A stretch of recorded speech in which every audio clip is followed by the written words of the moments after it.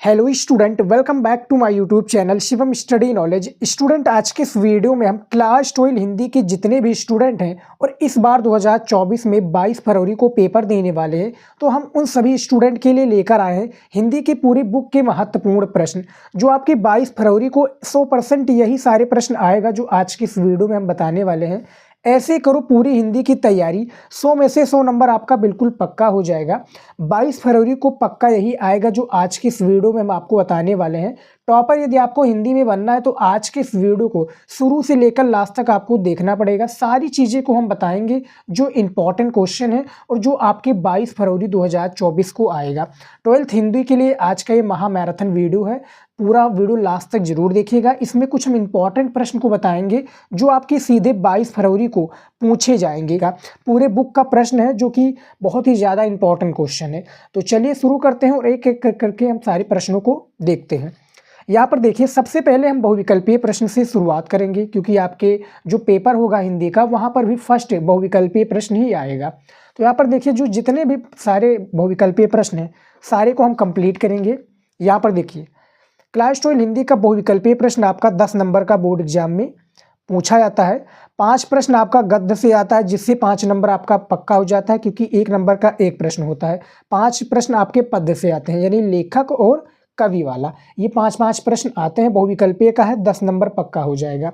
यहाँ पर देखिए, क्लास 12 हिंदी बहुविकल्पीय प्रश्न याद रखिएगा। सबसे पहला जो प्रश्न पूछा गया है हिंदी का, क्या पूछा गया है ये देखिए कि निम्नलिखित में से भक्ति काल का महाकाव्य है, निम्नलिखित में से भक्ति काल का महाकाव्य है कौन सा है, ये आपको बताना है। ऑप्शंस में आप देख सकते हैं और सारे हम महत्वपूर्ण बहुविकल्पीय प्रश्नों को बताने वाले हैं। तो टेस्ट अपना देना चाहते हैं तो आप अपना टेस्ट दे दीजिए। पहले प्रश्न का जो राइट आंसर हो जाएगा आपका, क्या हो जाएगा, श्री रामचरितमानस हो जाएगा, जो कि भक्ति काल का महाकाव्य है, यानी ए नंबर का बी विकल्प बिल्कुल करेक्ट आंसर है। उसके बाद में देखिए दूसरा प्रश्न, रीतकाल का दूसरा नाम क्या है, रीतकाल का दूसरा नाम क्या है। सभी को पता होगा, नहीं पता है तो आज जान लो। जो आपका सबसे ज़्यादा इंपॉर्टेंट प्रश्न है वो आपका यही पूछा जाता है। तो दूसरे का आपका ए हो जाएगा, श्रृंगार काल हो जाएगा, जो कि रीतकाल का क्या है, दूसरा नाम है। देखिए तीसरा प्रश्न क्या है, जनवादी कविता के वृहत्तरी, यहाँ पर देखिए वृहत्तरी में आते हैं, कौन आते हैं यहाँ पर आप देख सकते हैं। वीडियो को रोक कर भी सारे ऑप्शंस को आप पढ़ लीजिए कंप्लीटली, फिर आप हमें बताइएगा कि इसका आंसर सही सच में क्या होगा। सारे क्वेश्चंस बहुत ही ज़्यादा इंपॉर्टेंट है। 25 प्रश्न हमने क्या है गद्य से लिए हैं, 25 प्रश्न आपके पद्य से लिए हैं, तो बहुत ही ज़्यादा इंपॉर्टेंट है। टेस्ट अपना जिन भी विद्यार्थी देना चाहते हैं टेस्ट जरूर दीजिए। तो तीसरे का जो राइट आंसर वो सी हो जाएगा, सी हो जाएगा, नागार्जुन त्रिलोचन शास्त्री, केदारनाथ अग्रवाल, ये जनवादी कविता के बृहत्तरी में आते हैं। चौथा प्रश्न देखिए क्या है, ये देखिए समकालीन कविता के प्रमुख कवि हैं, कौन है समकालीन कविता के प्रमुख कवि। यहाँ पर देखिए जो ये प्रश्न है ये काफ़ी क्या है, एक प्रकार से पेचीदा क्वेश्चन है बहुत ही। इसको हमने क्या है गूगल पर भी सर्च किया तो इसका आंसर अलग दिखा रहा था, बुक में अलग दिखा रहा था। बुक में क्या दिखा रहा था, वो आपका मुक्तिबोध दिखा रहा था। इस प्रश्न को हमने गूगल पर सर्च किया गया तो वहाँ पर धूमिल दिखा रहा था। तो इन दोनों में से राइट आंसर क्या होगा, कॉमेंट में आप लोग हमें ज़रूर बताइएगा इसका सही विकल्प क्या होना चाहिए। अगला प्रश्न देखिए क्या है, 50 बहुविकल्पीय प्रश्न है जो कि आपके इम्पॉर्टेंट तैयारी, एक प्रकार से तैयारी को एक अच्छे लेवल कर लेकर जाएगा। अगला प्रश्न है 5 नंबर, ये देखिए उद्धव शतक किस काल की रचना है। काफ़ी बार हमने अपने वीडियोज़ में इसको कवर किया है और हिंदी में पूछा जाता है कि उद्धव शतक किस काल की रचना है, तो वो आपका कौन सा काल हो जाएगा, आधुनिक काल हो जाएगा, यानी ए विकल्प राइट आंसर है। 6 नंबर प्रश्न है, कला तथा बूढ़ा चांद के रचनाकार कौन है, कला तथा बूढ़ा चांद के रचनाकार कौन है ये आपको बताना है। तो इनमें से आपका सुमित्रा नंदन पंत हो जाएंगे, जो कि इसके रचनाकार सुमित्रा नंदन पंत जी हैं। 7वां प्रश्न देखिए, तार सप्तक का प्रकाशन वर्ष है, तार सप्तक का प्रकाशन वर्ष कब है। काफ़ी बार हमने बता चुका हूँ अपने चैनल पर, अपने वीडियोज में। नहीं आप जानते तो आप नोट कर लीजिए, जो 7 नंबर का बी हो जाएगा करेक्ट आंसर। 1973 ईस्वी में तार सप्तक का क्या है प्रकाशन हुआ था। 8 नंबर प्रश्न देखिए, अनाम दास का पोथा के रचनाकार कौन है? यहाँ पर देखिए ऑप्शंस सेम इसी प्रकार से आपके बोर्ड एग्जाम में भी ऑप्शंस होंगे और सारे क्वेश्चंस बहुत ही ज़्यादा इंपॉर्टेंट है। वीडियो को लाइक नहीं किए तो इस बात पर लाइक कर दीजिए, क्योंकि हम आप लोगों के लिए इतना मेहनत करते हैं। हमें मोटिवेट कीजिए और इंपॉर्टेंट वीडियो में लाता रहूँगा और आपकी तैयारी को एक नेक्स्ट लेवल लेकर जाएंगे, अच्छी से कंप्लीट कराएंगे। और जो भी स्टूडेंट 95 लाना चाहते हैं हिंदी में, वो जरूर लेकर आएंगे। बस जो मैं बताता हूँ, जो मैं इंपॉर्टेंट क्वेश्चन लेकर आता हूँ, उसको अब बस आप तैयार करते जाइए, रिवीजन करते जाइए।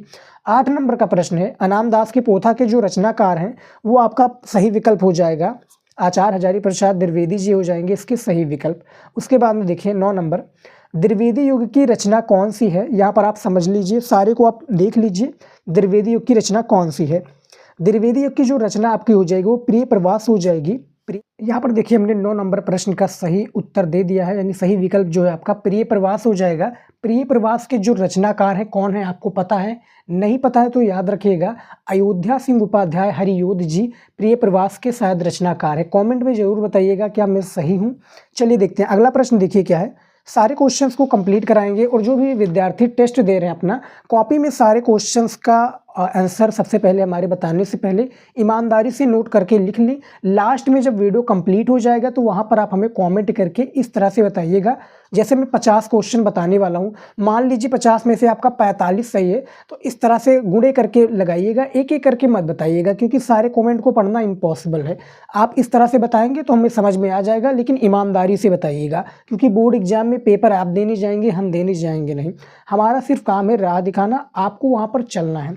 तो 10 नंबर जो प्रश्न है इनमें से देखिए, संध्या सुंदरी के रचनाकार कौन है, ये आपको बताना है। संध्या सुंदरी के जो रचनाकार हैं ये कौन हो जाएंगे? तो 10 नंबर का आपका वी विकल्प राइट आंसर हो जाएगा। सूर्यकांत त्रिपाठी निराला जी इसके शायद रचनाकार हैं संध्या सुंदरी के।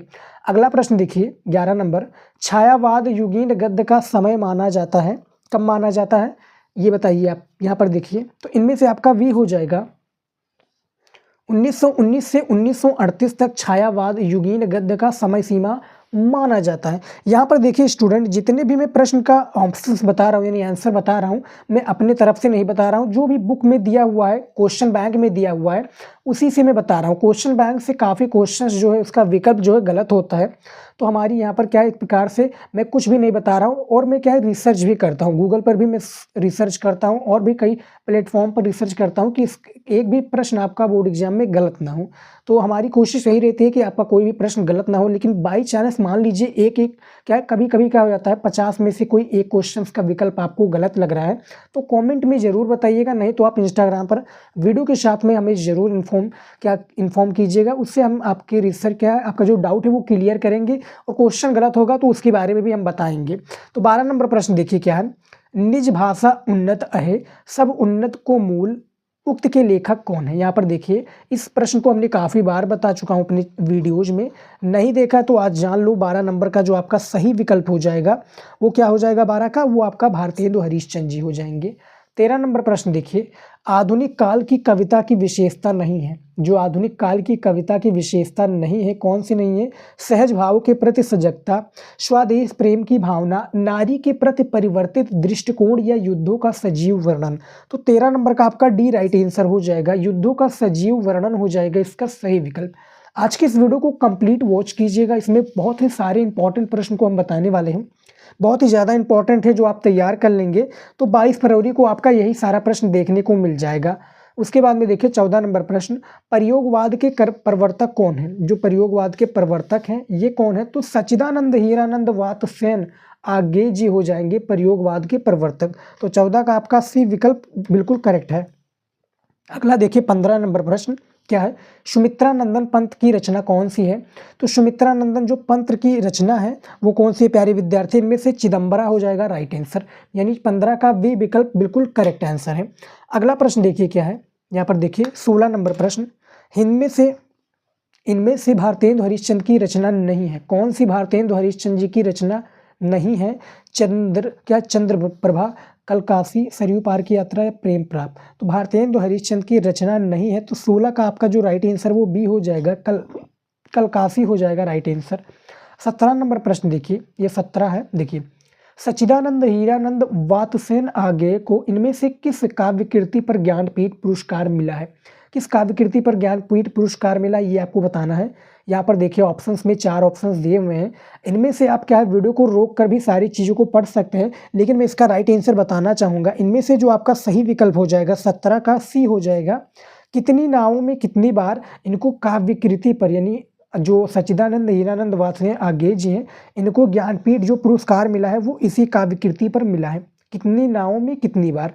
अगला प्रश्न देखिए 18 नंबर, प्रगतिवाद के प्रमुख कवि हैं। जो प्रगतिवाद के प्रमुख कवि हैं ये कौन है? भारतेंदु हरीशचंद्र जी हैं, गिरिजा कुमार माथुर या धर्मवीर भारती या नागार्जुन। तो 18 का डी राइट आंसर हो जाएगा, नागार्जुन हो जाएगा इसका राइट आंसर। किसी भी क्वेश्चन का आंसर आपको गलत लग रहा है तो कमेंट में, नहीं तो आप क्या इंस्टाग्राम पर जरूर बताइएगा, क्योंकि हम एक भी नहीं चाहते कि आपका कोई भी क्वेश्चन गलत हो। एक एक नंबर आपके लिए बहुत ही ज़्यादा इंपॉर्टेंट है, बहुत ही ज़्यादा कीमती है। 19 नंबर प्रश्न देखिए, सुमित्रा नंदन पंत को साहित्य अकादमी पुरस्कार मिला था। सुमित्रा नंदन जो पंत हैं इनको साहित्य जो अकादमी पर पुरस्कार मिला था, ये कब मिला था, किस चीज़ पर मिला था? लोकायतन पर, कला और बूढ़ा चांद, चिदम्बरा पर या गामिया पर। तो ये बताइए इनमें से आपका जो कला और बूढ़ा चांद है इस पर इन्हों क्या है, इनको साहित्य अकादमी पर पुरस्कार मिला था। अगला प्रश्न है 20 नंबर देखिए, छायावाद काल से संबंधित नहीं है। कौन छायावाद, यानी कौन से लेखक या कवि हैं जो छायावाद काल से संबंधित नहीं है। एक एक नंबर का प्रश्न है, 10 प्रश्न पूछे जाते हैं, लेकिन जो एग्जामिनर होता है यहीं से आपका एक प्रकार से प्रिडिक्शन कर लेता है कि आगे आपने किस तरह से कॉपी किया है, कॉपी किस तरह से लिखा है, अच्छी लिखी है या क्या है गंदी लिखी है, एक प्रकार से बेकार लिखी है। तो इस तरह से क्या है, आपने अंदर चाहे जितना भी प्यारा लिखा हो, शुरुआत में आपने गड़बड़ कर दिया लेकिन अंदर आपने अच्छा लिखा है, लेकिन क्या है शुरुआत में आपको सबसे पहले क्या है, शुरुआत में सबसे पहले सुधारना है, कॉपी को अच्छे से राइटिंग से लिखना है, क्योंकि शुरुआत में, क्योंकि कहा गया first impression is the last impression. तो फर्स्ट इंप्रेशन में एग्जामिनर को एक प्रकार से प्रफुल्लित कर लीजिए, उसको क्या एक प्रकार से अपने कॉपी में बनाई रखिए। तो शुरुआत में आप कोई भी गलती मत कीजिए, राइटिंग से लिखिए। हमने बोर्ड एग्जाम में क्या है एक वीडियो भी बनाया कि कैसे आपको गलतियां नहीं करनी है, बोर्ड एग्जाम में कौन कौन सी गलतियां नहीं करनी है, एग्जामिनर हमारी कॉपी में कौन सी चीज़ें देखकर अच्छे मार्क्स देता है। तो वो वीडियो जरूर आप चेकआउट कीजिएगा, उससे आपको काफ़ी कुछ सीखने को मिलेगा। फिलहाल जो 20 नंबर प्रश्न है इसका जो राइट आंसर हो जाएगा वो क्या हो जाएगा, वो गिरधर शर्मा नवरत्न हो जाएगा राइट आंसर, यानी 20 नंबर का डी बिल्कुल करेक्ट आंसर है। अगला प्रश्न देखिए 21 नंबर प्रश्न है, तीसरा सप्तक का प्रकाशन वर्ष है। कौन सा है तीसरा सप्तक का प्रकाशन वर्ष? यहाँ पर 4 ऑप्शंस दिए हुए हैं, वीडियो को रोककर भी आराम से आप पढ़ लीजिएगा। इनमें से जो राइट आंसर हो जाएगा 21 का आपका ए हो जाएगा, सन 1900 क्या है 59 में, सन 1959 ईस्वी को तीसरा सप्तक का प्रकाशन वर्ष है। अगला प्रश्न देखिए, यहाँ पर देखिए 22 नंबर, निम्नांकित में से खड़ी बोली का प्रथम महाकाव्य कौन है? काफ़ी ज़्यादा इंपॉर्टेंट क्वेश्चन है और अपनी वीडियोज में हमने काफ़ी बार कवर कर चुका हूँ इस प्रश्न को। नहीं पता है तो याद रखिएगा, इसका जो राइट आंसर हो जाएगा क्या हो जाएगा, वो आपका प्रिय प्रवास हो जाएगा। प्रिय प्रवास हो जाएगा जो कि खड़ी बोली का प्रथम महाकाव्य माना जाता है। समझ में आ गया। अगला क्वेश्चन देखिए 23 नंबर, ये देखिए, निम्नलिखित में से किस विद्वान ने आदिकाल को वीरगाथा काल कहा? यानी किन विद्वान ने जो आदिकाल को क्या है वीरगाथा काल कहा है? डॉक्टर राम कुमार वर्मा जी हो जाएंगे, राहुल सांकृत्यायन, आचार्य रामचंद्र शुक्ल या पंडित क्या है विश्वनाथ प्रसाद हो जाएंगे। तो 23 का आपका सी हो जाएगा, आचार्य रामचंद्र शुक्ल हो जाएंगे, जो कि क्या है आदिकाल को वीरगाथा काल कहा है। याद रखिएगा, काफ़ी ज़्यादा इंपॉर्टेंट क्वेश्चन है और इसमें बताए गए एक एक क्वेश्चंस चुनिंदा लेकर आए हैं, मतलब एक प्रकार से क्या है छठे क्वेश्चंस को लेकर आए हैं जो आपके बोर्ड एग्जाम में पूछे जाते हैं। रिपीटेड क्वेश्चन भी इसमें कुछ हैं जो आपके बोर्ड एग्जाम में पूछे जाते हैं। साहित्यिक हिंदी के जितने भी स्टूडेंट हैं वीडियो को कंप्लीट वॉच कीजिएगा, सबसे ज़्यादा इंपॉर्टेंट है आप लोगों के लिए। सामान्य हिंदी के लिए भी काफ़ी ज़्यादा इंपॉर्टेंट है, क्योंकि बोर्ड एग्जाम में क्या है सिर्फ जो इंग्लिश आपका जो हिंदी ग्रामर है उसमें काफ़ी चेंजेस हुए हैं और बाकी सेम एज इट इज सामान्य हिंदी और साहित्यिक हिंदी दोनों के लिए, लेकिन जो ग्रामर है उसमें काफ़ी कुछ चेंजेस हुए हैं, तो वो ज़रूर आप देख लीजिएगा। यहाँ पर देखिए अगला प्रश्न जो है, देखिए अगला प्रश्न है 24 नंबर, दिनकर जी ने किस, यहाँ पर देखिए दिनकर जी ने किस स्वर्ण निर्मित छंद का प्रयोग रसवंती नामक रचना में किया है? किस यानी जो स्वर्ण निर्मित छंद है इसका रसवंती नामक रचना पर प्रयोग किया है, वो आपका हो जाएगा कौन सा हो जाएगा, प्रीति नामक, यानी इनमें से जो बी राइट आंसर हो जाएगा। अगला प्रश्न देखिए 25 नंबर, कवि वचन सुधा पत्रिका की संपादक कौन है? काफ़ी बार हमने बता रखा हूँ लेकिन नहीं पता है तो आज जान लो। 25 का जो आपका राइट आंसर हो जाएगा वो बी हो जाएगा, भारतेंदु हरीशचंद्र जी हो जाएंगे कवि वचन सुधा पत्रिका की संपादक। अगला प्रश्न देखिए, राष्ट्र के स्वरूप के रचनाकार हैं कौन है? वासुदेव शरण अग्रवाल, सरदार पूर्ण सिंह, नंद दुलारे वाजपेयी जी या राम वृक्ष बेनीपुर। 26 का आपका ए हो जाएगा, वासुदेव शरण अग्रवाल हो जाएंगे राष्ट्र के स्वरूप के रचनाकार। तो 26 का आपका ए विकल्प बिल्कुल करेक्ट आंसर है। अगला प्रश्न देखिए 27 नंबर, धुमक्कड़ शास्त्र के रचनाकार हैं कौन है? धुमक्कड़ शास्त्र के रचनाकार। तो इनमें से आपका 27 नंबर का जो राइट आंसर हो जाएगा क्या हो जाएगा? सही विकल्प आप बताइएगा। और जो भी विद्यार्थी मैं बता रहा हूँ बार बार, टेस्ट आप दे रहे हैं तो ईमानदारी से दीजिएगा। हमारे बताने से पहले आप वीडियो को रोक कर भी आप उसका आंसर और कॉपी और जो बुक वगैरह इसमें बिल्कुल भी मत देखिए, आप ईमानदारी से बताइए। गलत भी है तो वो भी बताइए कि सर हमारा इतने में से इतना ही सही गया है, उसको हम सुधारेंगे और एक प्रकार से मैं तैयारी आपकी अच्छी से करा पाऊंगा।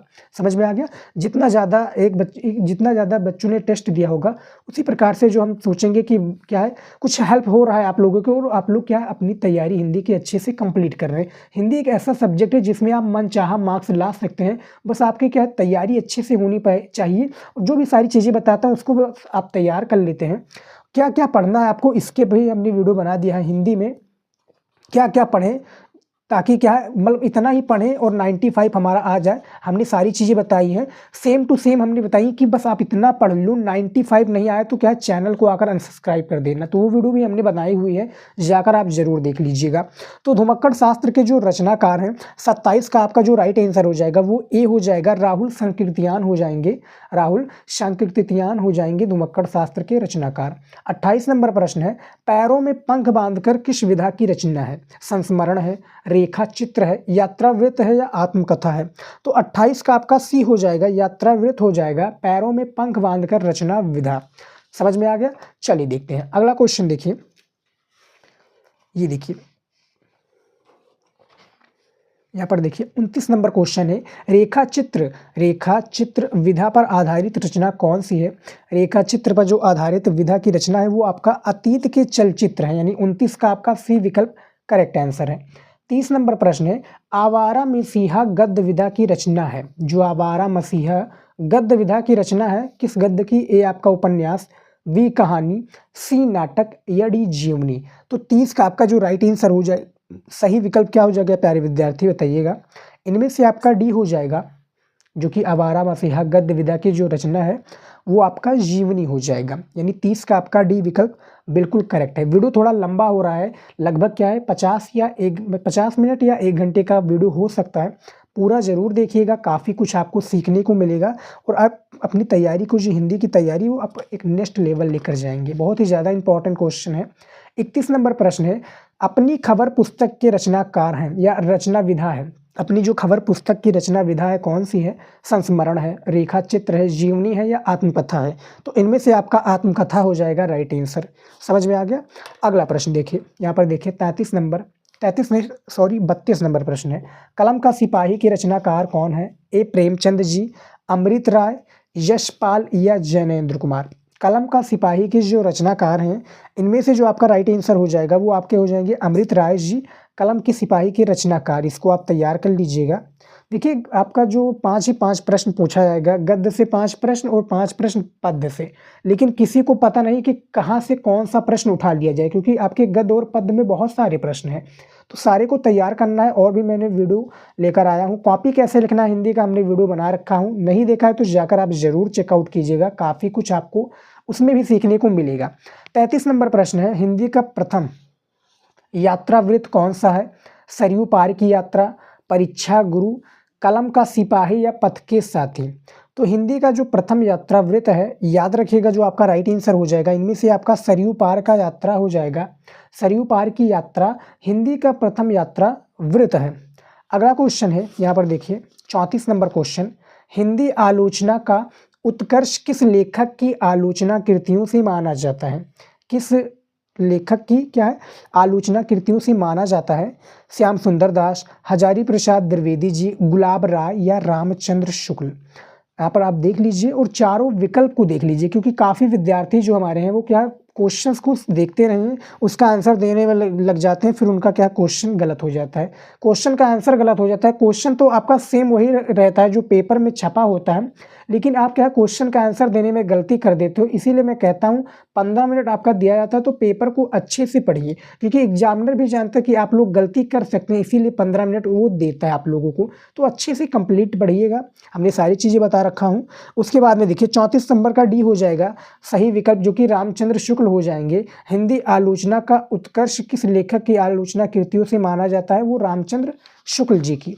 अगला प्रश्न देखिए, क्या प्रश्न है ये देखिए, 35 नंबर प्रश्न है, परीक्षा गुरु के रचनाकार कौन है?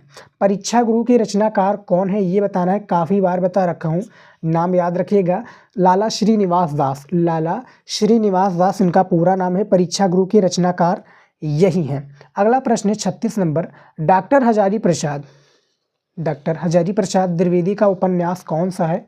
ए आपका सुखदा, वी अनामदास का पोथा, सी गोदान, या डी अपने अपने अजनबी। तो यहाँ पर जो गोदान हो जाएगा तो शायद मैथिली शरण गुप्त जी का हो जाएगा, इसका राइट आंसर बताइएगा कमेंट में। अनामदास का पोथा इनमें से इनका उपन्यास है, डॉक्टर हजारी प्रसाद द्विवेदी जी का जो अनामदास का पोथा है ये इनका उपन्यास है। तो 36 का आपका वी विकल्प बिल्कुल करेक्ट आंसर है।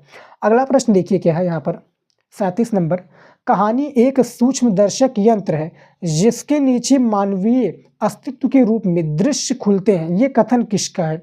तो ये कथन जो है भैया ये आज्ञे जी का है। काफ़ी विद्यार्थी आज्ञे का पूरा नाम नहीं जानते होंगे, हमने अभी बताया है कुछ, यानी कुछ प्रश्नों में अभी बताया है, जो शुरुआती प्रश्न था उसमें इनका नाम था, इनका एक क्वेश्चन भी था, तो नहीं पता है तो मैं बता दूं, आज्ञे जी का पूरा नाम है सच्चिदानंद हीरानंद वात्सेन आज्ञे। इनका पूरा नाम भी आपके बोर्ड एग्जाम में पूछा जाएगा, ऑब्जेक्टिव के फॉर्म में पूछा जाएगा, आपको बताना रहेगा।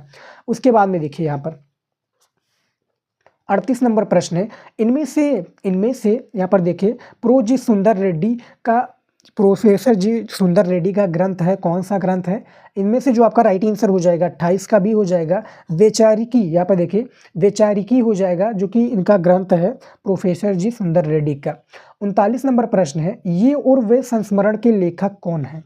ये और वह संस्मरण के लेखक कौन है? ए आपका श्याम सुंदर दास, महावीर प्रसाद द्विवेदी, जैनेन्द्र कुमार या सरदार पूर्ण सिंह।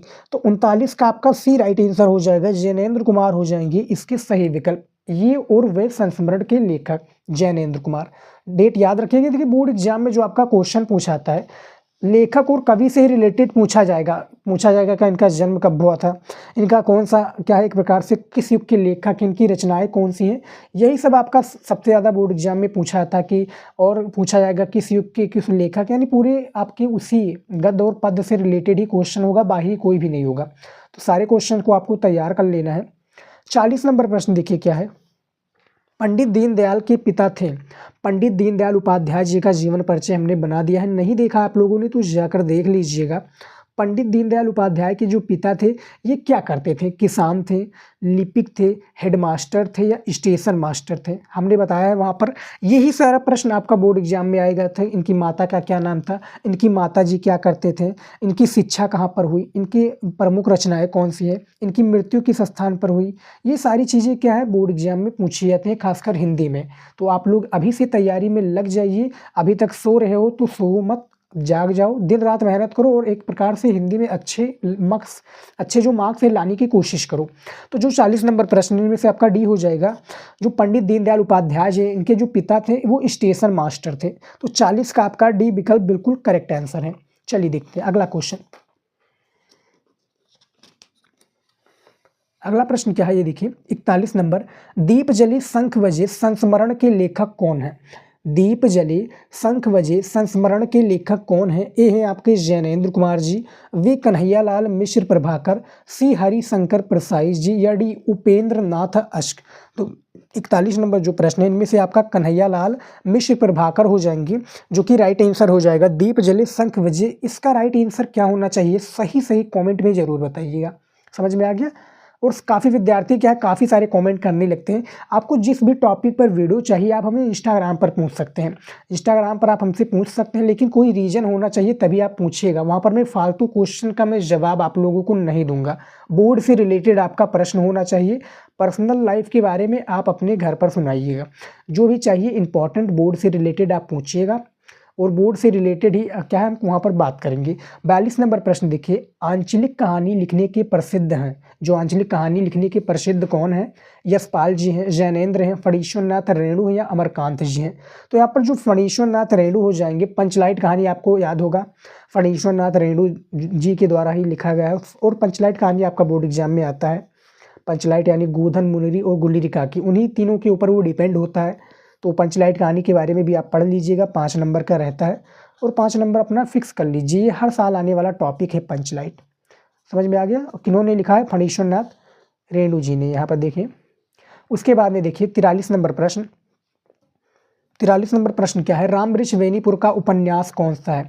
सप्त सिंधु, पतितों के देश में, सिंह सेनापति या डी विवर्त। तो रामवृक्ष वेनीपुर का जो उपन्यास है वो 43 का वी हो जाएगा, पतितों के देश में हो जाएगा इसका राइट आंसर। समझ में आ गया? अगला प्रश्न देखिए 44 नंबर, कला और संस्कृति के लेखक कौन है? कला और संस्कृति के जो लेखक हैं ये कौन है? तो इनमें से आपका डॉक्टर वासुदेव शरण अग्रवाल जी हो जाएंगे, यानी 44 नंबर का बी विकल्प बिल्कुल करेक्ट आंसर है। सारे क्वेश्चन आपके बुक और क्वेश्चन बैंक से ही लिया गया है, तो आप संकोच मत कीजिएगा, सारे क्वेश्चंस को आप मिला भी सकते हैं। समझ में आ गया? चलिए देखते हैं अगला प्रश्न देखिए। और बैकग्राउंड में आपको काफ़ी वॉइस सुनाई दे रही होगी, तो प्लीज़ इसको आप लोग इग्नोर कीजिएगा। वॉइस हम क्या है, एक प्रकार से वॉइस को देखेंगे तो हम वीडियोज आपके लिए नहीं बना पाएंगे और इम्पॉर्टेंट क्वेश्चन की तैयारी नहीं हो पाएगी। तो प्लीज़ कोनों में लीड लगा लीजिए और बैकग्राउंड वॉइस जो भी आपको सुनाई दे रही हो उसको मत सुनिए, सिर्फ आप हमारी आवाज़ और आप वीडियो पर ध्यान दीजिए। 45 नंबर प्रश्न है, छायावादी युग के गद्य लेखक हैं कौन है? छायावादी गद्य के जो लेखक हैं वो राय कृष्ण दास जी हैं। इसका सही विकल्प क्या होना चाहिए, क्या कमेंट में जरूर बताइएगा। समझ में आ गया? तो 45 का डी विकल्प बिल्कुल करेक्ट आंसर है। चलिए देखते हैं अगला प्रश्न देखिए क्या है। यहाँ पर देखिए 46 नंबर प्रश्न है, इनमें से, यहाँ पर देखिए इनमें इनमें यहाँ पर देखिए इनमें से, यहाँ पर से होना चाहिए, इनमें से कौन द्विवेदी युग का लेखक है? यहाँ पर इनमें फिर में हो गया है, तो यहाँ पर से होना चाहिए, याद रखिएगा। इनमें से कौन द्विवेदी युग का लेखक नहीं है? यहाँ पर देखिए नहीं का टिकाया है, कौन नहीं है ये आपको बताना है। तो 46 का बी हो जाएगा, डॉक्टर नागेंद्र हो जाएंगे, जो कि द्विवेदी युग के लेखक नहीं है। 47 नंबर प्रश्न देखिए, भारत दुर्दशा रचना है, किसकी रचना है? जयशंकर प्रसाद जी की, मुंशी प्रेमचंद जी की, भारतेंदु हरीशचंद्र जी की या प्रताप नारायण मिश्र की। तो इनमें से जो 47 का आपका सी विकल्प राइट आंसर हो जाएगा, भारत दुर्दशा इन्हीं की रचना है। उसके बाद में देखिए 48 नंबर प्रश्न, हिंदी किस वर्ष नई चाल में ढली? हिंदी जो है आपका ये किस वर्ष नई चाल में ढली ये आपको बताना है। ए आपका सन 1857 ईस्वी में, बी सन 1873 ईस्वी में, सी सन 1947 ईस्वी में या डी सन 1975 ईस्वी में। तो हिंदी किस वर्ष नई चाल में ढली ये आपको बताना है। तो 48 नंबर का सही विकल्प जो आपका बी हो जाएगा, सही विकल्प हो जाएगा, क्या हो जाएगा ये आपका 1873 ईस्वी में हिंदी नई वर्ष में क्या है, एक प्रकार से नई चाल में ढली। 1873 डेट याद रखिएगा। उसके बाद में देखिए 49 नंबर प्रश्न, गोरा बादल की कथा के लेखक कौन है? सदा सुखलाल जी, जटमल हैं, राजा शिव प्रसाद जी या दौलत राम। तो गोरा बादल की जो कथा के लेखक हैं वो आपके जटमल हो जाएंगे, यानी 49 का भी विकल्प बिल्कुल करेक्ट आंसर है। नाम याद रखिएगा, गोरा बादल की कथा जटमल जी की है, 49 का बी। और यहाँ पर इसको हमने क्वेश्चन को गूगल पर भी सर्च किया था, तो वहाँ पर क्या दिखा रहा था, वहाँ पर मालिक मोहम्मद जायसी यानी मोहम्मद जायसी जी दिखा रहा था, कौन जायसी वहाँ पर दिखा रहा था। तो इसका सही विकल्प क्या हो जाएगा, आप लोग कमेंट में ज़रूर बताइएगा यदि आपको पता है। उसके बाद में देखिए 50 नंबर प्रश्न हमारा, राजा भोज का सपना के लेखक कौन है? राजा भोज के सपना का लेखक कौन है? यहाँ पर आपके 4 ऑप्शंस हैं। सेम इसी प्रकार से बोर्ड एग्जाम में भी पूछा जाएगा। 5 प्रश्न याद रखिएगा, गद्य, 5 प्रश्न पद्य, दोनों से यहाँ पर मिक्सचर हमने क्वेश्चन लेकर आया हूँ। तो 50 का आपका ए हो जाएगा, राजा शिव प्रसाद सितारे हिंद हो जाएंगे, राजा भोज के सपना के लेखक। समझ में आ गया? तो यहाँ पर हमने 50 महत्वपूर्ण हिंदी के बहुविकल्पीय प्रश्न बताएं जो कि आपके गद्य और पद्य दोनों से लिए गए थे। आई होप कि आज का वीडियो आप लोगों को अच्छा लगा हो।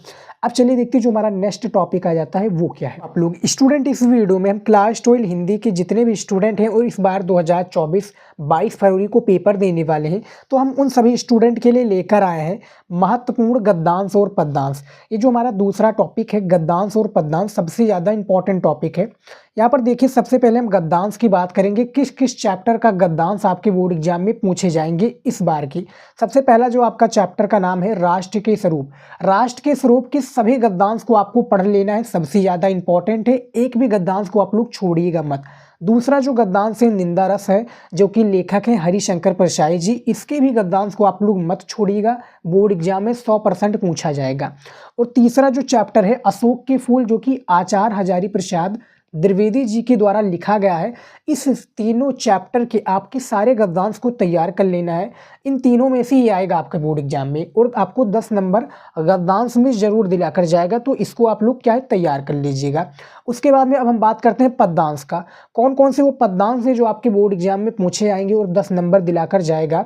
सबसे पहला जो गद्यांश है वो केकई का अनुपात है। केकई का अनुपात यानी मैथिली शरण गुप्त के द्वारा रचा ये चैप्टर है और इस चैप्टर के आपके पद्यांश बोर्ड एग्जाम में आएंगे। उसके बाद में गीत आ जाता है, गीत आपके जयशंकर प्रसाद जी का और महादेवी वर्मा जी का, दोनों का आप तैयार कर लीजिए, बोर्ड एग्जाम में आएगा। श्रद्धा मनु यानी जयशंकर प्रसाद जी का है, इसके भी बोर्ड एग्जाम में एक ना एक आपके पद्यांश पूछे जाएंगे। लास्ट में है उद्धव प्रसंग और गंगा उतरण, उद्धव प्रसंग और गंगा उतरण जो कि शायद अयोध्या सिंह उपाध्याय और जगन्नाथ दास रत्नाकर जी का है, तो दोनों आप तैयार कर लीजिएगा, बोर्ड एग्जाम में आपका पद्यांश पूछा जाएगा। ये दूसरा सबसे ज़्यादा इंपॉर्टेंट टॉपिक है बहुविकल्पीय के बाद में, तो बहुविकल्पीय भी प्रश्न हमने करा दिया है। अब ये हमारा जो आ जाता है ये आ जाता है गद्यांश और पद्यांश, तो कैसे हल करेंगे चलिए बात कर लेते हैं उस पर। हम यहाँ पर देखिए जो आपका बोर्ड एग्जाम में सबसे पहले हम गद्यांश को हल करने का तरीका बताएंगे, जिससे आपको 10 नंबर जो है आसानी से प्राप्त हो सके बोर्ड एग्जाम में। सबसे बेस्ट तरीका आपको बताने वाले हैं कि गद्यांश को आपको कैसे हल करना है। यहाँ पर देखिए कुछ आपका बोर्ड एग्जाम में सबसे पहले ये गद्यांश दिए जाएंगे, 2 गद्यांश होंगे आपके बोर्ड एग्जाम में, लेकिन यहाँ पर मैं एक ही करके आपको बताऊँगा, आप समझिए पूरे क्वेश्चन को। और इसके जो 5 प्रश्न होंगे, यहाँ पर देखिए 5 प्रश्न होंगे, 5 गुणे 2 बराबर 10, इस तरह से आपका बोर्ड एग्जाम में दिया जाएगा। यानी 5 प्रश्न होंगे, प्रत्येक प्रश्न आपका 2 नंबर का होगा, जिससे आपका 10 नंबर कंफर्म हो जाएगा। तो पांचों प्रश्न का सिर्फ हमें क्या करना है, हमें आंसर देना है। यहाँ पर जो सबसे पहला प्रश्न पूछा गया है, उपयुक्त गद्यांश के पाठ का शीर्षक और लेखक का नाम लिखिए। उपयुक्त गद्यांश के पाठ और शीर्षक का क्या हमें नाम लिखना है। मान लीजिए कि आपको क्या पहले से ही पता चल गया, आपने क्या थोड़ा बहुत देखा, हाँ पता चल गया कि ये इस चैप्टर से लिया गया है। चैप्टर का नाम है राष्ट्र के स्वरूप और इसके जो लेखक हैं डॉक्टर वासुदेव शरण अग्रवाल जी है। मान लीजिए आपको पता चल गया। अब जिन भी विद्यार्थी को नहीं पता चलता है वो क्या करेंगे, वो करेंगे कुछ नहीं, वो सिंपल से क्या है पूरे गद्यांश को रीड करेंगे। 15 मिनट जो आपका टाइम दिया जाता है वो यही करने के लिए दिया जाता है कि 15 मिनट आप क्या है पेपर को अच्छे से कंप्लीटली समझ लीजिए और देख लीजिए कि कौन सा क्वेश्चन आप लोगों को आता है, कौन सा क्वेश्चन नहीं आता है। तो सबसे पहले हमें करना क्या है, सबसे पहले हमें गद्यांश को पढ़ लेना है। यहाँ पर देखिए भूमि का निर्माण देवों ने किया है, वो अनंत काल से हैं, उसके भौतिक रूप सौंदर्य और समृद्धि के प्रति सचेत होना आवश्यक कर्तव्य है। भूमि के पार्थिव स्वरूप के प्रति, भूमि के पार्थिव स्वरूप के प्रति हम जितने अधिक जागरूक होंगे उतनी ही हमारी राष्ट्रीयता बलवती हो सकेगी। ये पृथ्वी सच्चे अर्थों में समस्त राष्ट्रीय विचारधाराओं की जननी है। जो राष्ट्रीयता पृथ्वी से नहीं जुड़ी है वो निर्मूल होती है। राष्ट्रीयता की जड़ें पृथ्वी में जितनी गहरी होंगी उतना ही राष्ट्रीय भाव अंकुर उसके बाद में देखिए पल्लवित होगा। इसलिए पृथ्वी के भौतिक स्वरूप की अदोपांत जानकारी प्राप्त करना, उसकी सुंदरता, उपयोगिता और महिमा को पहचानना आवश्यक धर्म है। तो सब क्या है, आपने पूरा कंप्लीटली पढ़ा गद्यांश को। अब मान लीजिए आपको पता चल गया कि इस चैप्टर का नाम, यानी यहाँ पर देखिए ट्रिक भी आपको कैसा पता चल जाएगा। जैसे चैप्टर से रिलेटेड आपका पृथ्वी, फिर उसके बाद में राष्ट्रीयता, तो ये आपका राष्ट्र के स्वरूप से ही लिया गया है चैप्टर, आपने पढ़ा, समझ में आ गया। उसके बाद में देखिए अब जो हमारा प्रश्न पूछा गया, हमें क्या है इसका आंसर देना है, क्योंकि प्रत्येक प्रश्न पर हमें 2 नंबर दिया जाएगा। अब चाहे आप मान लीजिए 3 ही प्रश्न कर पाते हैं तो आपको 6 नंबर कन्फर्म है, वहाँ पर काटा नहीं जाएगा एग्जामिनर के द्वारा। तो यहाँ पर देखिए जो सबसे फर्स्ट में है, उपयुक्त गद्यांश के पाठ और शीर्षक का नाम लिखना है, यानी हमें संदर्भ लिखना है। सिंपल सा मैं आपको बता दूं, हमें करना क्या है, हमें संदर्भ लिखना है। तो चलिए हम संदर्भ लिखकर आपको बता देते हैं कि बोर्ड एग्जाम में कैसे आपको संदर्भ लिखना है। अब देखिए बोर्ड एग्जाम में जैसे कि हमने आपको शुरुआत में ही बता दिया था कि आपके बोर्ड एग्जाम में 2 गद्यांश होते हैं, 2 आपके पद्यांश होते हैं। तो गद्यांश में से हमें क्या है, एक ही करना है। कैसे आप क्या है एग्जामिनर को कैसे पहचानोगे, यानी पहचानवाओगे कि ये क्वेश्चन क्या आपका यही गद्यांश में कर रहा हूँ। मान लीजिए आपका अथवा लगा है तो आप अथवा करके लिखने वाले हैं, तो इस सबसे जो बेस्ट तरीका है एग्जामिनर को ये बताने का कि हमने सेकेंड वाला किया है, वो क्या है, वो संकेत है। संकेत देना, क्या देना है, संकेत देना है। अब यहाँ पर देखिए, यहाँ पर देखिए ये जो हमारा गद्यांश है, मैं दिखा दूं आपको,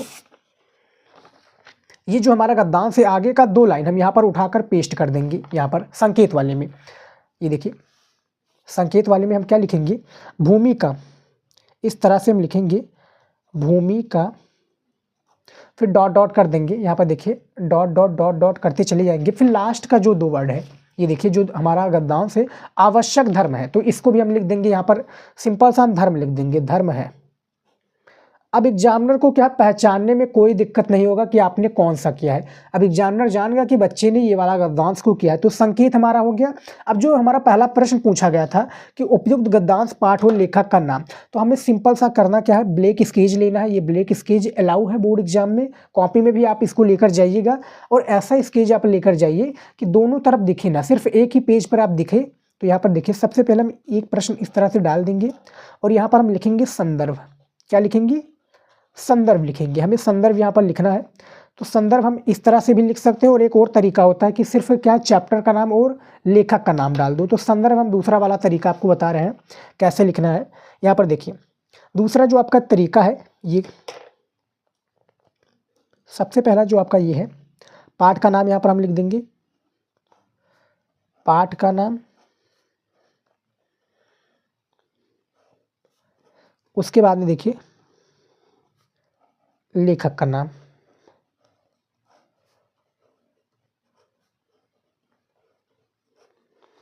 पाठ का नाम क्या है, राष्ट्र का स्वरूप, राष्ट्र का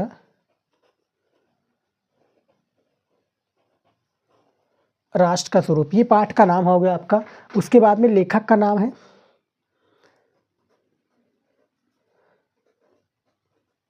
वासुदेव शरण अग्रवाल।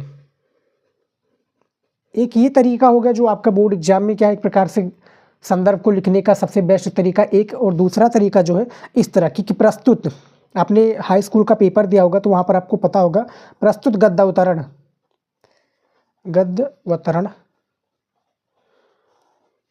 प्रस्तुत जो है गद्यावतरण हमारी, यहाँ पर देखिए प्रस्तुत गद्यावतरण हमारी पाठ्य पुस्तक के, हमारी पाठ्य पुस्तक के, पाठ्य पुस्तक के गद्य भाग, क्योंकि गद्य से रिलेटेड है ना, तो गद्य भाग हमें लिखना बहुत ज़्यादा जरूरी है। ब्लैक स्केच का, ब्लैक पेन का यहाँ पर प्रयोग करेंगे आप। गद्य भाग में संकलित एवं, गद्य भाग में संकलित, संकलित एवं, संकलित, यहाँ पर देखिए गद्य भाग में संकलित एवं अध्येता, क्या है, संकलित एवं अध्येता,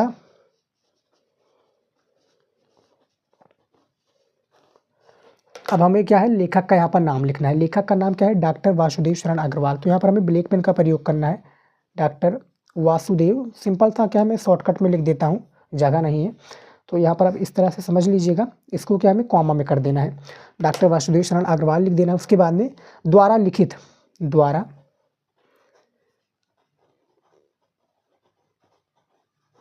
द्वारा लिखित राष्ट्र के स्वरूप, राष्ट्र के स्वरूप, इसको कॉमा के अंदर कर देना है। शीर्षक निबंध से अवतरित है, शीर्षक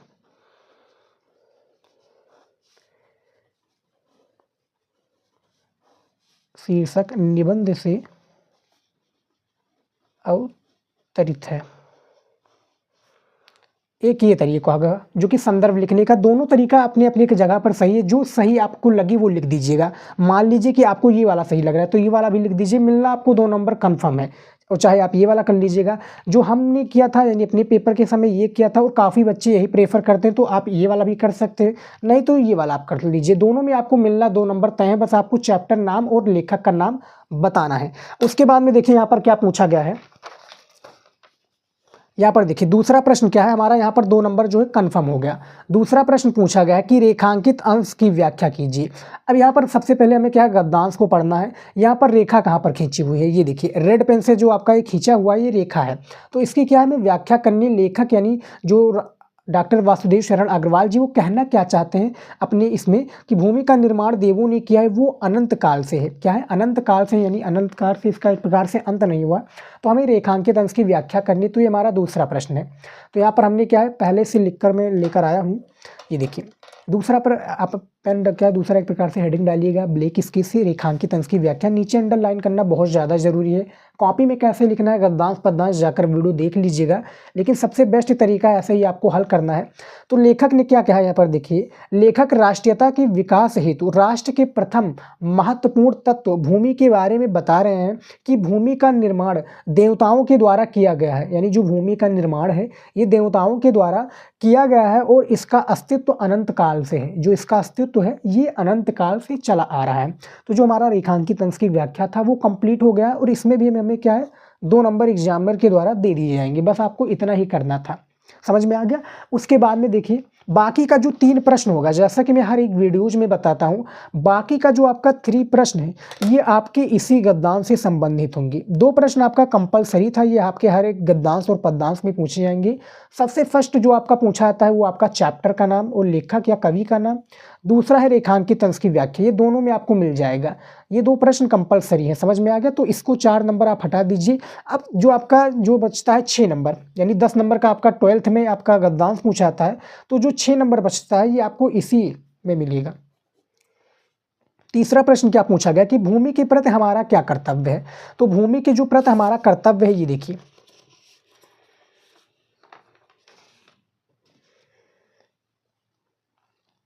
देखिए भूमि के प्रति हमारा कर्तव्य, देखिए भूमि के प्रति हमारा कर्तव्य है कि हम इसके सौंदर्य के प्रति सचेत रहें और इसका रूप क्या है विकृत ना होने दें। साथ ही प्रत्येक मनुष्य का यह भी कर्तव्य है कि वो भूमि का विभिन्न प्रकार से समृद्ध बनाने की क्या है, यहाँ पर देखिए भूमि के प्रति हमारा कर्तव्य है कि हम इसके सौंदर्य के प्रति सचेत रहें, क्या है सचेत रहें और इसका रूप विकृत ना होने दें। साथ ही प्रत्येक मनुष्य का ये भी कर्तव्य है कि वो भूमि को विभिन्न प्रकार से क्या समृद्ध बनाने की दिशा में क्या सचेष्ट रहें, दिशा में क्या सचेष्ट रहें। तो ये एक भी तरीका होता है भूमि के प्रति हमारा कर्तव्य। तो ये जो तीसरा प्रश्न था इसको भी हमने बता दिया है। उसके बाद में देखिए अगला प्रश्न क्या पूछा गया है, ये देखिए अगला प्रश्न देखिए क्या हमारा पूछा गया है, चौथा नंबर, हमारी राष्ट्रीयता कब बलवती होगी। हमारी राष्ट्रीयता कब बलवती होगी ये आपको बताना है। तो हमने अभी तक क्या है हमारा जो 6 प्रश्न था वो हमने कंप्लीट कर लिया है। चौथा प्रश्न जो है इसका राइट आंसर देखिए, हम पृथ्वी के गौरवपूर्ण अस्तित्व के प्रति जितना अधिक सचेत रहेंगे उतनी ही अधिक हमारी राष्ट्रीयता क्या है बलवती होगी।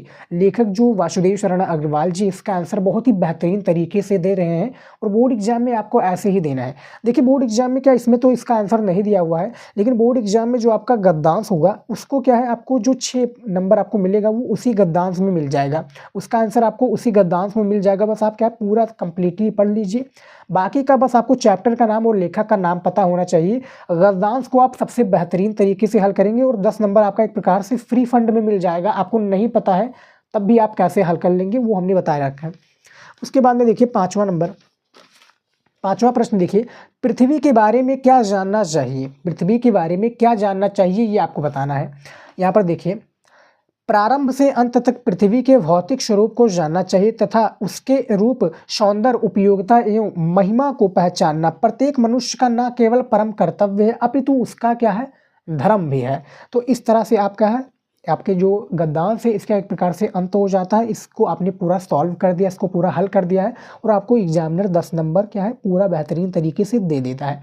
आपको इसी तरीके से हल करना है जो जैसे कि मैंने आपको शुरुआत में बताया था कि राष्ट्र के स्वरूप, निंदा रस और अशोक के फूल, ये सबसे ज़्यादा इंपॉर्टेंट चैप्टर हैं जो कि आप तैयार कर लेंगे तो आपका 10 नंबर जायज़ नहीं जाएगा, समझ लीजिए 10 नंबर आपके पास ही है। आज टोइल हिंदी का महत्वपूर्ण पद्यांश आ चुका है जो कि आपके बोर्ड एग्जाम में हर साल पूछा जाता है। 10 नंबर का इस बार भी आपके बोर्ड एग्जाम में पूछा जाएगा। हल करने का सबसे बेहतरीन तरीका आज की इस वीडियो में हम आपको बताएंगे कि कैसे पद्यांश को हल करना है। गद्यांश का भी हमने वीडियो बना रखा है, आपने नहीं देखा है तो जाकर देख सकते हैं। फिलहाल इस वीडियो में हम क्या है पद्यांश से रिलेटेड बात करेंगे। देखिए वो कौन कौन से पद्यांश है जो आपके बोर्ड एग्जाम में सबसे ज़्यादा पूछे जाएंगे, किस चैप्टर के पद्यांश आपके सबसे ज़्यादा पूछे जाएंगे। यहाँ पर देखिए सबसे पहला जो आपका चैप्टर का नाम आ जाता है केकई का अनुपात। केकई का अनुपात जो कि मैथिली शरण गुप्त के द्वारा लिखा गया है, सबसे ज़्यादा इंपॉर्टेंट चैप्टर है आपके। इस चैप्टर के सारे आपको पद्यांश को तैयार कर लेना है। गीत आपका पूछा जाएगा जयशंकर प्रसाद जी का और महादेवी वर्मा जी का, तो दोनों को तैयार कर लेना है। श्रद्धा मनु का भी और उद्धव प्रसंग, श्रद्धा मनु जयशंकर प्रसाद जी का है, उद्धव प्रसंग आपके क्या है अयोध्या सिंह उपाध्याय, और एक गंगा अवतरण है जो कि किनके द्वारा जगन्नाथ दास रत्नाकर जी का। ये सबसे ज़्यादा इंपॉर्टेंट है, तैयार कर लीजिएगा, बोर्ड एग्जाम में क्या है पूछा जाएगा इसी से पद्यांश। तो चलिए देखते हैं कैसे आपको हल करना है, क्या है कैसे आपको सारी चीज़ों को देना है, कैसे प्रश्नों का आपको उत्तर देना है जो आपका पद्यांश होगा, इसके बारे में हम बात करते हैं। यहाँ पर देखिए ये आपका पद्यांश दिया होगा, बोर्ड एग्जाम में आपका क्या है 2 पद्यांश दिए होंगे। बोर्ड एग्जाम में जो होगा आपका 2 पद्यांश दिए होंगे, दोनों में से किसी एक को करना है जिसके लिए आपको एग्जामिनर 10 नंबर देगा। तो यहाँ पर देखिए हमें 5 प्रश्न का उत्तर देना है। यहाँ पर देखिए जैसा कि हमने आपको गद्यांश में बताया था 5 गुणे 2 इस तरह से आपका दिया होगा। 5 प्रश्न होगा, 2-2 नंबर का आपका प्रत्येक प्रश्न होगा, जिसके लिए एग्जामिनर आपको क्या है 10 नंबर आपको देगा। प्रत्येक प्रश्न के लिए आपको 2 नंबर दी जाएंगी जब आप सॉल्व करेंगे एक क्वेश्चन को। यहाँ पर देखिए सबसे पहला प्रश्न क्या पूछा गया है, उपयुक्त पद्यांश की शीर्षक और कवि का नाम लिखिए। उपयुक्त पद्यांश के शीर्षक और कवि का नाम लिखिए। गद्यांश का तो वहाँ पर लेखक था, यहाँ पर कवि पूछे जाएंगे, समझ में आ गया, इतना तो आप लोगों को पता ही होगा। तो पद्यांश को अब सबसे पहले करना क्या, हमें जो हमारा पहला प्रश्न था इसका चैप्टर का नाम पहचानना है और इसके कवि का नाम पहचानना कि किसने इसको लिखा है, यानी ये पद्यांश को कैसे किसने लिखा है। तो सबसे पहले करेंगे क्या, हमें क्या है मान लीजिए नहीं पता है, मान लीजिए हमें पद्यांश को नहीं पता है किस चैप्टर से लिया है, और जिन भी विद्यार्थी को पता है मैं बता दूं ये गीत क्या है, चैप्टर का नाम है गीत, और इसके जो लेखक हैं, इसके लेखक कौन है, इसके जो लेखक आपके हो जाएंगे मैथिली शरण गुप्त जी हो जाएंगे। साकेत महाकाव्य से गीत लिखा गया है, बहुत ही ज़्यादा इंपॉर्टेंट है। जैसा कि हमने बताया गीत से आपका काफ़ी ज़्यादा पूछा जाता है, गीत हो गया, उसके बाद में क्या है श्रद्धा मनु, ये सबसे ज़्यादा इंपॉर्टेंट चैप्टर है पद्यांश से रिलेटेड। अब हाँ क्या है हमने बता दिया कि जिन भी विद्यार्थी को पता था मैथिली शरण गुप्त के गीत से लिया गया है, जिनको नहीं पता है सबसे पहले करेंगे क्या, हमें पढ़ना है। देखिए निरख सखी ये खंजन आए, निरख सखी ये खंजन आए, फेरे उन मेरे रंजन ने, फेरे उन मेरे रंजन ने, नयन इधर मन भाए, फैला उनके तन का आतप, फैला उनके तन का आतप, मन से सर सरसराए, मन से सरसराए, घूमे वे इस ओर वहाँ, ये हंस यहाँ उड़ जा छाए, उड़ छाए। यहाँ पर देखिए करके ध्यान आज इस जन का, निश्चय वे मुस्काए, फूल उठे हैं कमल अधर, यहाँ पर देखिए फूल उठे हैं कमल अधर से, ये बंदूक सुहाए, स्वागत स्वागत शरद भाग्य से, स्वागत स्वागत शरद भाग्य से मैंने दर्शन पाए, नव से मोती वारे लो ये अश्रु अद्र भर लाए। यानी ये हमने पूरा कंप्लीट पढ़ लिया। अब देखिए क्या इसमें क्लू आपको मिल जाएगा, एक प्रकार से कीवर्ड मिल जाएगा कि किस चैप्टर से लिया गया है। मान लीजिए कि आपको पता चल गया कि ये गीत से लिया गया है और इसके क्या है लेखक कौन, इसके कवि, यहाँ पर सॉरी कवि का होगा तो मैथिली शरण गुप्त जी है, हमें पता चल गया, 2 नंबर हमें मिल जाएगा यहाँ पर। अब यहाँ पर आपको 2 नंबर ऐसे नहीं मिलेगा, आपको कॉपी में भी लिखना होगा ना, तो कॉपी में कैसे लिखेंगे चलिए उस पर हम बात कर लेते हैं। यहाँ पर हमें बेसिकली क्या है संदर्भ लिखना है। अब देखिए संदर्भ हमें लिखने से पहले सबसे पहले ये जरूरी है, जैसा कि हमने आपको शुरुआत में ही बताया था कि वो 2 आपका पद्यांश होगा, जिस तरह से गद्यांश 2 होते हैं 2 आपका पद्यांश भी होता है, करना एक ही होता है, लेकिन एग्जामिनर इसलिए दे देता है कि दोनों में से आपका एक ना एक तो आता ही होगा और कर लीजिएगा आप लोग। तो संकेत में हमें क्या है, संकेत हमें लिखना है, तो संकेत के लिए हमें करना क्या है, आगे का जो 2 वर्ड है ये वाला 2 वर्ड हमें उठाकर संकेत में पेस्ट कर देना है। इस तरह से संकेत हम लिखेंगे, देखिए इस तरह से हम संकेत लिखेंगे, और आखिर का जो है हमारा निरख सखी, निरख सखी, देखिए राइटिंग में लिखिएगा, राइटिंग सबसे ज़्यादा इंपॉर्टेंट है, फिर डॉट डॉट डॉट, फिर लास्ट में दो वर्ड है, ये देखिए निरख सखी भर आए, भर लाए। इस तरह से लिख देंगे तो एग्जामिनर समझ जाएगा कि हाँ इस चैप्टर से बच्चे ने किया है, ये पदनांश को हल किया है। संकेत डालना बहुत ही ज़्यादा ज़रूरी है क्योंकि एग्जामिनर को पता नहीं चलता, क्योंकि काफ़ी सारी कॉपियाँ चेक करती हैं, एग्जामिनर को सब पता होता है लेकिन वो देखता है कि आपने कॉपी को कैसे लिखा है, पदनांश को कैसे लिखा है, हल करने का तरीका क्या है आपका, ये सबसे ज़्यादा मैटर करता है। समझ में आ गया? तो आपने संकेत लिख दिया। अब हमारा जो पहला प्रश्न था कि उपयुक्त पदनांश की शीर्षक को कवि का नाम, एक प्रकार से हमें संदर्भ लिखना है, चैप्टर का नाम उसमें बताना है। तो यहाँ पर हम संदर्भ लिखेंगे। इस तरह से ब्लैक स्केच का आप प्रयोग कर लीजिएगा और ऐसा स्केच प्रयोग कीजिए कि जो दिखे ना, मतलब दोनों पेज की साइड में दिखे ना। संदर्भ इस तरह से आप लिखना है। संदर्भ कैसे लिखेंगे? देखिए, प्रस्तुत पदनांश राइटिंग से लिखिएगा। देखिए हमारा हालांकि राइटिंग अच्छी नहीं है ज़्यादा। प्रस्तुत पदनांश श्री मैथिली शरण गुप्त, श्री मैथिली शरण गुप्त, इसको क्या ब्रैकेट के अंदर कर दीजिए मन करे तो। हाँ, श्री मैथिली शरण गुप्त द्वारा रचित साकेत महाकाव्य, यानी इनका जो साकेत सबसे ज़्यादा प्रचलित बोर्ड एग्जाम में आपका ऑब्जेक्टिव में पूछा जाता है, साकेत महाकाव्य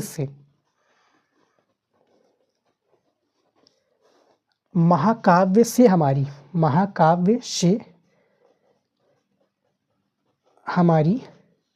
पाठ्यपुस्तक काव्यांजलि में,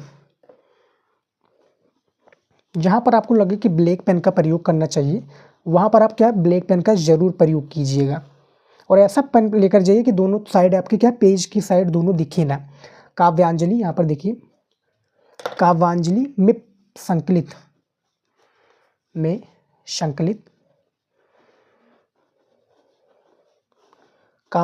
में संकलित गीत, चैप्टर का नाम क्या है? गीत, जैसा कि हमने बताया था। यहाँ पर देखिए गीत शीर्षक काव्यांश से एक प्रकार से अवतरित है, शीर्षक काव्यांश से अवतरित है या उद्धृत है?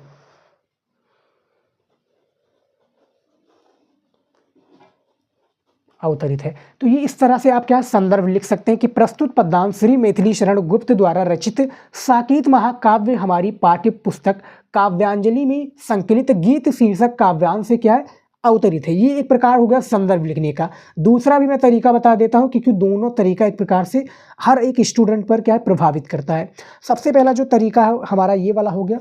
दूसरा तरीका है कि क्या करना है, सबसे पहले इस तरह से लिख देना है, हमें यहाँ पर लिख देना है शीर्षक का नाम।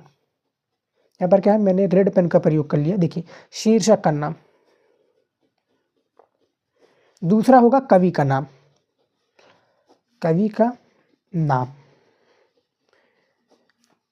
दोनों तरीका क्या है, दोनों मेथड काफ़ी इंपॉर्टेंट है और दोनों के लिए जिस तरह से आपका टाइम रहे उस तरह से आप कीजिएगा। यानी टाइम आपका क्या एक प्रकार से ज़्यादा है तो आप उस तरह से क्या है चैप्टर का नाम और उस तरह से क्या है संदर्भ को लिख सकते हैं। शीर्षक का जो नाम है यानी चैप्टर का नाम वो गीत है, इस तरह से आप गीत लिख दीजिए। कवि का नाम है श्री मैथिली शरण गुप्त, श्री मैथिली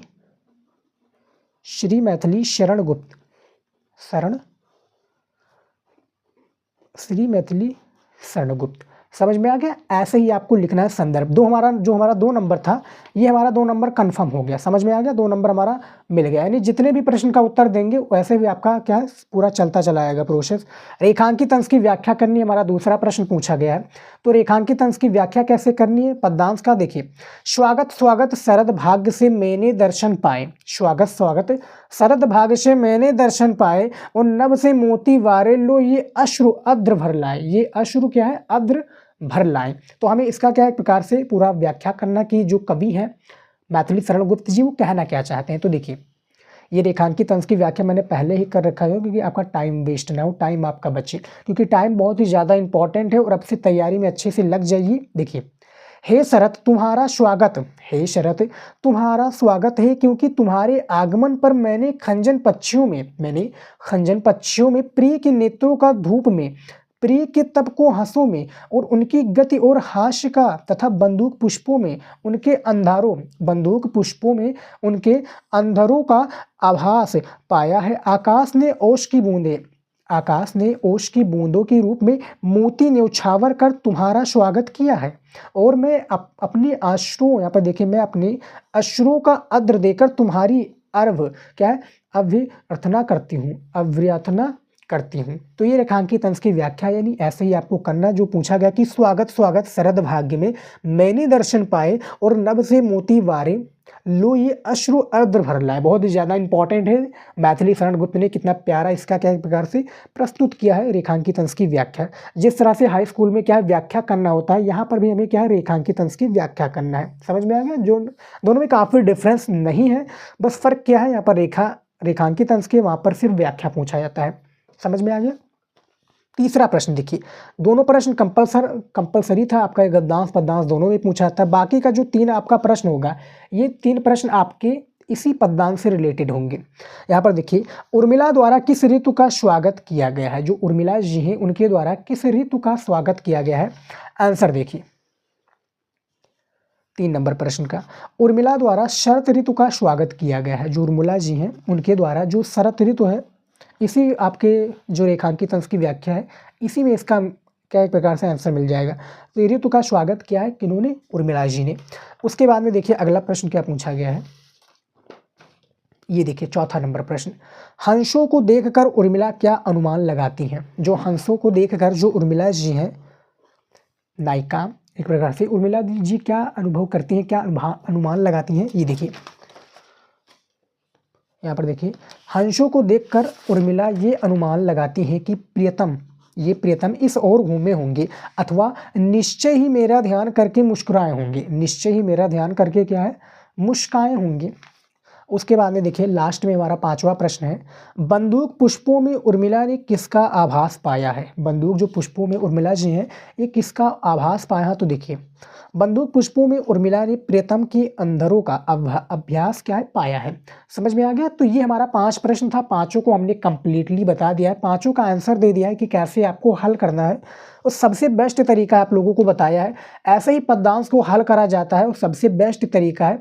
आप लोग भी ऐसे ही पद्यांश को हल करेंगे तो 10 नंबर आपको पाने से कोई भी नहीं रोक सकता। समझ में आ गया? सबसे बेस्ट तरीका हमने बताया है, जो कि आप हल करेंगे तो आपको मिल जाएगा। समझ में आ गया? अब चलिए देखते हैं जो हमारा अगला है।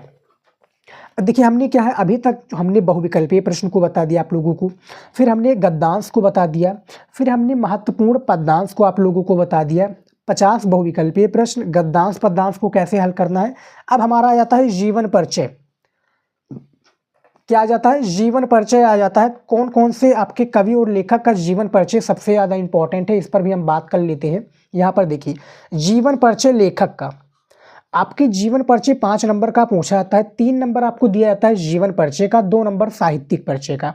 जीवन परिचय कौन कौन सा इंपॉर्टेंट है इस बार के बोर्ड एग्जाम के लिए, तो वो आपका वासुदेव शरण अग्रवाल यानी लेखक का जीवन परिचय है। इधर इस श्रेणी में आपके लेखक का जीवन परिचय याद आता है। सबसे पहला जो है वासुदेव शरण अग्रवाल जी हैं, इनका जीवन परिचय सबसे ज़्यादा इंपॉर्टेंट है, हर साल पूछे जाने वाला क्वेश्चन है, एक प्रकार से जीवन परिचय है। आप जाकर पिछले साल का भी पेपर चेकआउट करेंगे, 2-4 साल का भी देख लीजिए, तो वासुदेव शरण जी अग्रवाल जी उसमें ट्रेंडिंग में है, एक प्रकार से नंबर 1 पर है। दूसरा है आचार्य हजारी प्रसाद द्विवेदी जी, इनका भी जीवन परिचय लेखक की श्रेणी में सबसे ज़्यादा इंपॉर्टेंट है और इनका भी जीवन परिचय बोर्ड एग्जाम में पूछा जाता है। तो आचार्य हजारी प्रसाद द्विवेदी जी का भी जीवन परिचय आप लोग तैयार कर लीजिए। आपको सारी वीडियोज आपको हमारे चैनल पर मिल जाएगी, प्लेलिस्ट भी आप जरूर चेकआउट कीजिएगा, जो कि हमने हिंदी की प्लेलिस्ट बना रखी है। जो भी आपको चीज़ें चाहिए आपको प्लेलिस्ट में मिल जाएंगी। तीसरे नंबर पर है लेखक प्रोफेसर जी सुंदर रेड्डी जी, इनका भी जीवन परिचय सबसे ज़्यादा इंपॉर्टेंट है लेखक की श्रेणी में, तो इनका भी जीवन परिचय आप लोग तैयार कर लीजिए, ज़्यादा से ज़्यादा बहुत ही ज़्यादा इंपॉर्टेंट है। उसके बाद में देखिए चौथे नंबर पर हरिशंकर प्रसाद जी, इनका भी जीवन परिचय और जो इनका गद्यांश है ये सबसे ज़्यादा ट्रेंडिंग में रहते हैं। निंदा रस जो इनका गद्यांश है बहुत ही ज़्यादा इंपॉर्टेंट है और बोर्ड एग्जाम में पूछा जाता है। और हरिशंकर प्रसाद जी अपने आप में ही एक इम्पॉर्टेंट है, तो एक प्रकार से इनका भी जीवन परिचय तैयार आप लोग कर लीजिएगा। चारों का वीडियो आपको हमारे चैनल पर मिल जाएगा। अब देखिए बात कर लेते हैं जीवन परिचय कवि के बारे में। देखिए कवि के बारे में जीवन परिचय भी जानना बहुत ही ज़्यादा जरूरी है। बोर्ड एग्जाम में इनका भी जीवन परिचय आता है 5 नंबर का। देखिए कौन कौन से जीवन परिचय इस साल के बोर्ड एग्जाम के लिए इंपॉर्टेंट है, मैं जितना आपको बता रहा हूँ बस आप इतना तैयार कर लेंगे। 5 नंबर लेखक के जीवन परिचय में आपका कोई नहीं काट सकता और 5 नंबर कवि की जीवन परिचय में आपका कोई नहीं काट सकता। देखिए महादेवी वर्मा जी का जीवन परिचय कवि की श्रेणी में सबसे ज़्यादा इंपॉर्टेंट है, तैयार कर लीजिए आप लोग। सुमित्रा नंदन पंत जी का जीवन परिचय सबसे ज़्यादा इंपॉर्टेंट है, इसको भी आप तैयार कर लीजिए।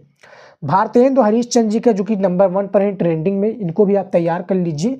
और रामधारी सिंह दिनकर जी का भी जीवन परिचय आप लोग तैयार कर लीजिए। अब आप लोग बात कर रहे होंगे कि सर आपने तो जयशंकर प्रसाद जी का जीवन परिचय बताया ही नहीं। देखिए जयशंकर प्रसाद जी का भी जीवन परिचय इंपॉर्टेंट है, आप लोग तैयार कर लीजिए मन करे।